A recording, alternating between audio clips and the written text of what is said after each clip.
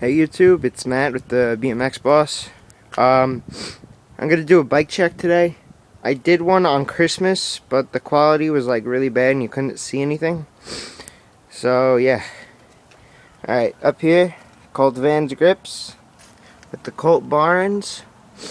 Got the Tektro brake with the Odyssey slick cable. Got the Odyssey Aaron Ross bars. Stock fit stem. Animal headset integrated. Stock forks. Demolition Bulimia front hub in white. Black and white spokes to a black Blitz rim. I got the Odyssey Aaron Ross tire. It's a 2.35. I got the Fit Eddy 2 frame. Fit sprocket with stock chain. Stock fit cranks. White demolition pedals.